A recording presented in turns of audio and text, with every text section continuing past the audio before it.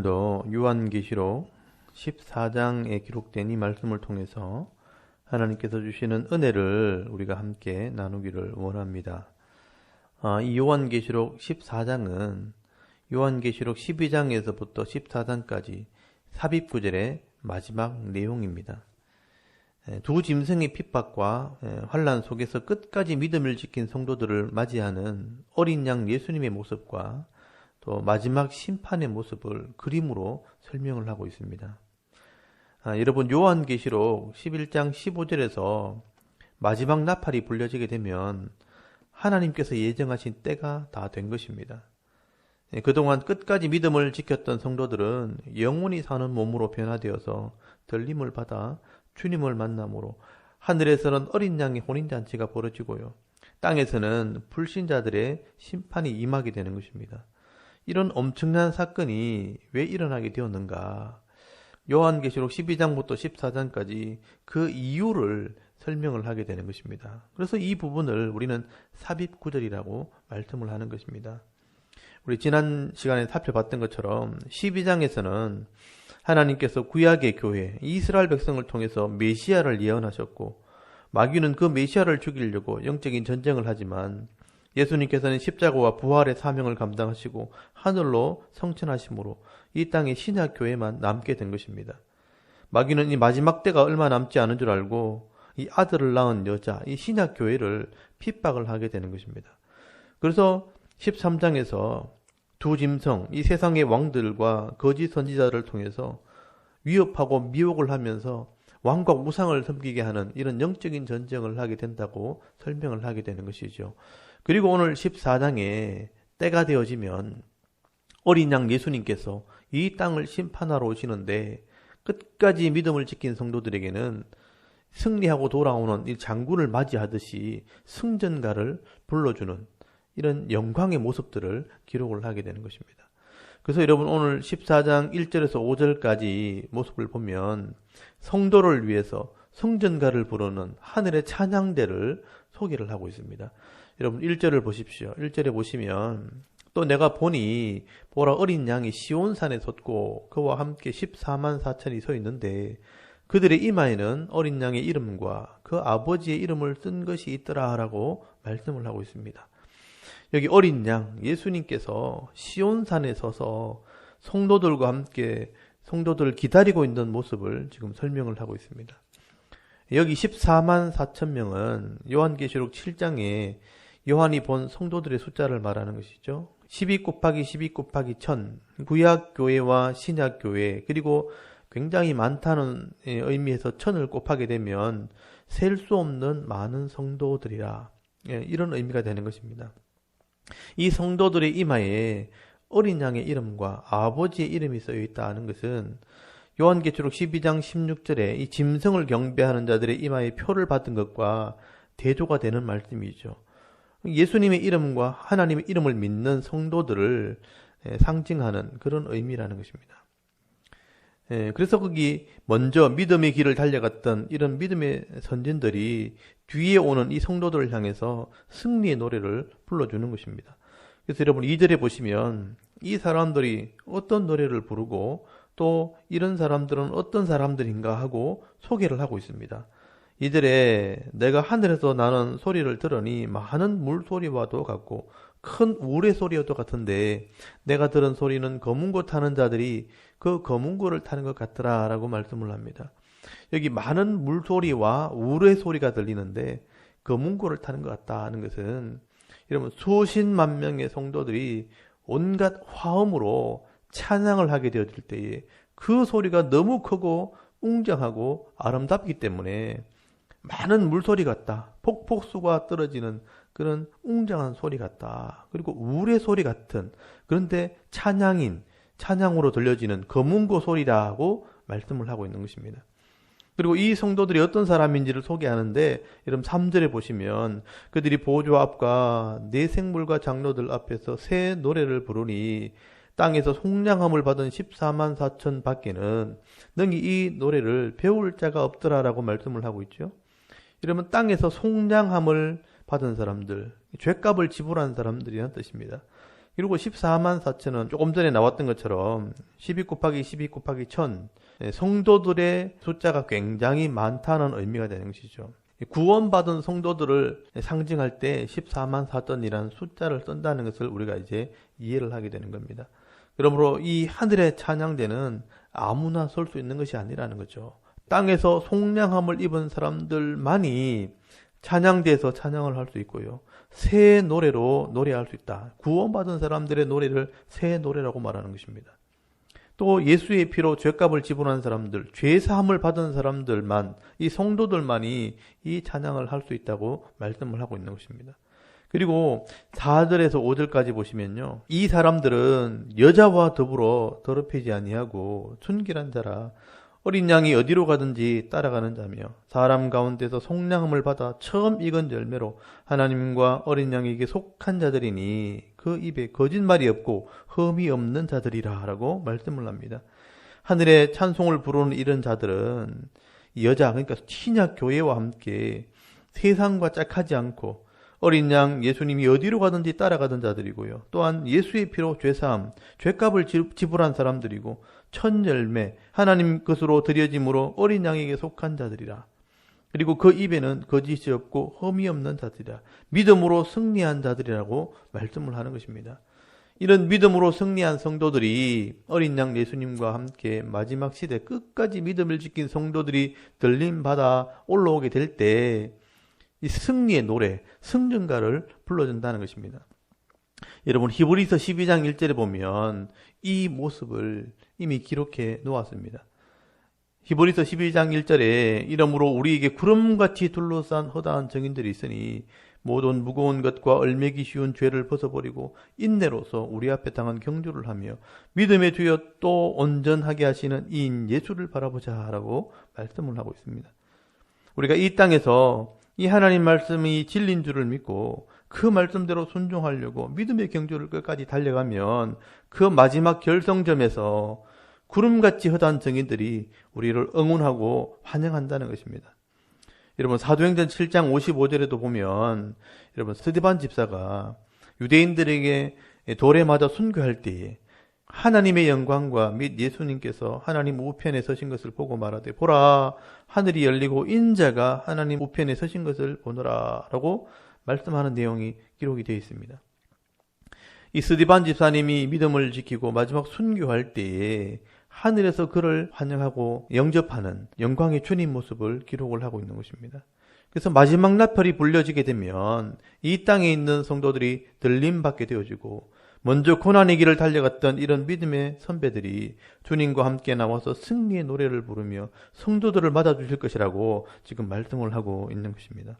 여러분, 성도의 마지막 모습이 이런 승리의 모습, 영광의 모습이라는 것을 기억하시고요. 오늘도 이 믿음의 경주를 끝까지 달려가는 믿음 있는 성도들이 다 될 수 있기를 소원합니다. 그리고 6절에서 13절까지 보시면 밑에 있는 불신자들은 그러면 어떻게 되는가? 새 천사들이 나타나서 경고하는 내용이 기록이 되어 있습니다.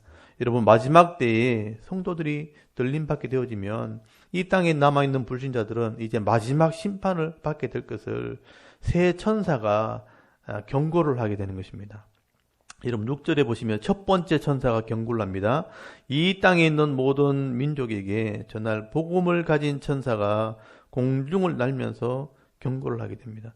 7절에 보니까 그가 큰 음성으로 이르되 하나님을 두려워하며 그에게 영광을 돌리라. 이는 그의 심판의 기간이 이르렀음이니 하늘과 땅과 바다와 물들의 근원을 만드신 이를 경배하라 하더라 라고 말씀을 합니다. 이 첫 번째 천사는 이제 불신자들을 향한 심판의 기간이 이르렀다, 심판의 때가 되었다라고 먼저 경고를 하는 겁니다. 그리고 8절에 두 번째 천사가 경고합니다. 또 다른 천사, 곧 둘째가 그 뒤를 따라 말하되 무너졌도다, 무너졌도다. 큰 성 바벨론이여 모든 나라에게 그의 음행으로 말미암아 진노의 포도주를 먹이던 자로다 하더라라고 말씀을 합니다. 모든 나라들을 음행으로 더럽혔던 이 큰 성 바벨론, 이 세상의 불신자들을 말하는 것이죠. 세상에 있는 권력자들을 말하는 것입니다. 이 큰 성 바벨론이 이제 무너졌도다, 심판을 받게 되었다라고 경고하는 것입니다. 그리고 9절에 세 번째 천사가 나와서 또 경고합니다. 이 바벨론을 따르던 모든 불신자들도 이제 끝났다 이렇게 경고를 하죠. 그래서 9절에 또 다른 천사, 그 셋째가 그 뒤를 따라 큰 음성으로 이르되 만일 누구든지 짐승과 그의 우상에게 경배하고 이마에나 손에 표를 받으면 그도 하나님의 진노의 포도주를 마시리니 그 진노의 잔에 섞인 것이 없이 부은 포도주라. 거룩한 천사들 앞과 어린 양 앞에서 불과 유황으로 고난을 받으리니 그 고난의 연기가 세세토록 올라가리로다. 짐승과 그의 우상에게 경배하고 그의 이름표를 받는 자는 누구든지 밤낮 쉼을 얻지 못하리라 하더라 라고 경고합니다. 여러분, 셋째 천사는 이렇게 짐승과 우상에게 경배하고 이마에나 손에 표를 받은 자들, 예수를 믿지 않고 마지막 때에 쉬운 길을 선택하고 넓은 길을 선택했던 이 불신자들을 말하는 것입니다. 이런 불신자들은 결국 하나님의 진노의 포도주를 마시고 심판을 받게 되고요. 불과 유황으로 고난을 받고 밤낮 쉼을 얻지 못한다. 영원한 고통을 받게 될 것을 말씀하는 것입니다. 그런데 여러분, 성도들은 12절에 말씀하신 것처럼 하나님의 계명과 예수에 대한 믿음을 끝까지 지켰기 때문에 인내로 승리한다고 말씀하는 것입니다. 그래서 여러분, 천사들의 광고를 들은 하늘에 있는 성도들이 찬송을 하게 됩니다. 그래서 여러분 13절에 보시면 기록하라. 지금 이후로 주 안에 죽는 자들은 복이 있도다 노래를 할 때 성령께서 그러하다. 그들은 수고를 거치고 쉬리니 이는 그가 행한 일이 따름이라 라고 말씀을 하는 것입니다. 이것이 성도들이 받을 복이라는 것입니다. 이 땅에서 사명을 감당한다고 수고하고 고난을 받았지만 주님 나라에 들어가면 수고를 거치고 이제 안식을 하게 되는 겁니다. 그리고 행한 대로 복을 받게 된다라고 말씀을 하는 것이죠. 이런 불신자들은 이 땅에서 잠깐 동안 부를 누리고 영광을 누리는지는 모르지만 죽어서는요, 불과 유황이 있는 불못에서 쉬지 못하고 밤낮 영원한 고통, 이 영벌의 고통을 당하게 되겠지만 성도들은 수고를 거치고 영원한 안식, 영생의 복을 누리게 될 것이라고 말씀을 하고 있는 것입니다. 여러분, 오늘 저와 여러분도 얼마 남지 않은 이 생애 동안 이 천국의 안식을 바라보면서 인내함으로 믿음을 지켜나가는 그런 성도들이 다 될 수 있기를 바랍니다. 그리고 14절부터 20절까지 이 성도와 불신자들이 나눠지는 모습을 이제는 추수하는 모습으로 설명을 하게 됩니다. 여러분 14절에 보니까 구름 위에 인자 같은 이 예수님께서 성도들을 추수를 하게 됩니다. 마지막 나팔이 불려지게 될 때 성도들이 들림받는 모습과 땅에 남아있는 이 불신자들이 심판받는 이 모습을 다른 그림으로 설명을 하고 있는 겁니다. 여러분 이 이미지, 이 그림은 요엘서 3장에 기록된 말씀을 가져온 것입니다. 이미 요엘서 3장에 이것이 예언이 되어 있는 겁니다. 그래서 여러분 15절에 보시면 또 다른 천사가 성전으로부터 나와 구름 위에 앉은 이를 향하여 큰 음성으로 외쳐 이르되 당신의 낯을 휘둘러 거두소서 땅의 곡식이 다 익어 거둘 때가 이르렀음이니이다 하니 구름 위에 앉으신 이가 낯을 땅에 휘두르매 땅의 곡식이 거두어지니라 라고 말씀을 합니다. 천사가 이제 때가 되었습니다. 돌아갈 사람이 다 돌아왔습니다. 라고 말할 때 예수님께서 곡식을 거둬들인다는 겁니다. 이 곡식들이 바로 성도를 상징하는 것입니다. 그래서 이 성도들이 두 짐승의 환난 속에서도 끝까지 믿음을 지켰으니 주님이 데리고 가셔서 이제 어린 양의 혼인잔치에 참여한다는 것을 이런 식으로 설명하고 있는 것입니다. 그래서 이 어린 양의 혼인잔치를 곡식을 거두는 모습으로 설명을 하고 있는 겁니다. 근데 불신자들은 어떻게 되는가? 여러분 17절에 보시면 불을 담은 천사, 이 심판을 담당하는 천사가 포도를 거두게 하는 것을 보게 됩니다. 17절에 또 불을 다스리는 다른 천사가 제단으로부터 나와 예리한 낫 가진 자를 향하여 큰 음성으로 불러 이르되 네 예리한 낫을 휘둘러 땅에 포도송이를 거두라. 그 포도가 익었느니라 하더라 라고 말씀을 합니다. 이 불신자들도 더 이상 자기 죄를 회개하지 않고요, 돌아오지 않게 될 때 심판을 하게 된다는 겁니다.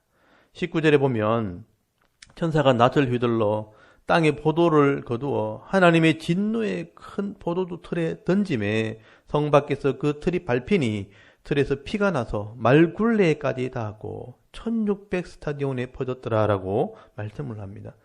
이 불신자들은 포도송이가 포도주틀에 담겨 밟히는 것처럼 성 밖에서 심판을 받게 됩니다. 그 피가 흘러서 1600 스타디온이 흘러가는데 그 길이는 미터법으로 환산하게 되면 320km나 됩니다. 심판을 받은 사람들의 피가 말굴레, 이 말의 입을 감싼 이 줄에까지 차서 320km까지 흘러갈 정도로 엄청난 피를 흘리게 된다는 것이죠. 그리고 이 1600이라는 숫자를 상징적으로 이렇게 풀이를 하게 되면 세상을 상징하는 4와 많다는 의미에서 10을 곱하면 40이 되고요. 이 40에 40을 곱하면 1600이 되는 겁니다. 다시 말하면 4 곱하기 10 곱하기 40 하면 1600이 되는데 이 말은 세상의 심판을 받은 사람의 수가 굉장히 많다라는 그런 의미가 되어지는 것입니다. 이렇게 이 요한계시록 14장까지 마지막 나팔이 불려지게 되면 성도들은 믿음을 지켰기 때문에 공중에서 주님을 만남으로 찬송이 울려 퍼지고요. 어린 양의 혼인잔치가 벌어지게 될 때 땅에서는 이제까지 하나님의 은혜와 사랑을 거절하고요. 예수님을 믿지 않고 회개하지 않는 이 불신자들의 심판에 있게 된다는 것을 이미지로, 이 그림으로 설명을 하게 되는 것입니다. 오늘 이 하나님의 구원과 이 심판의 모습을 분명히 보시고요. 여러분 깨달을 수 있기를 바랍니다. 예수님께서 이 마지막 때, 이 종말의 시대를 이렇게 설명하시면서 비유로 설명하신 것이 있습니다. 마태복음 25장 31절 이하에 보시면요. 예수님께서 양과 염소의 이 비유를 말씀하십니다. 이 마지막 때의 모습을 양과 염소의 비유를 통해서 분명하게 설명을 해주고 있습니다.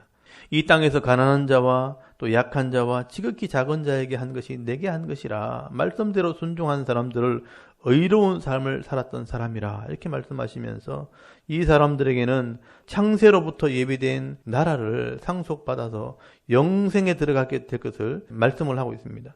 그리고 이 땅에서 자기를 위해서 먹고 마시면서 마귀와 귀신들에게 끌려다니며 우상을 섬기고 악을 행하면서도 회개하지 않았던 이 모든 불신자들은 마귀와 그 사자들을 위해 예비된 영원한 불, 영벌에 들어가게 될 것이라고 말씀을 하고 있는 것입니다. 여러분 오늘도 우리의 마지막이 어떠한지를 깨달아서 하나님의 계명을 따라서 하나님을 사랑하고 이웃을 사랑하는 삶을 살되 인내로서 승리의 삶을 살아갈 수 있는 저와 여러분의 이런 영적인 삶의 모습이 될 수 있기를 주의 이름으로 축원합니다. 아멘. 우리 잠깐 기도드리겠습니다.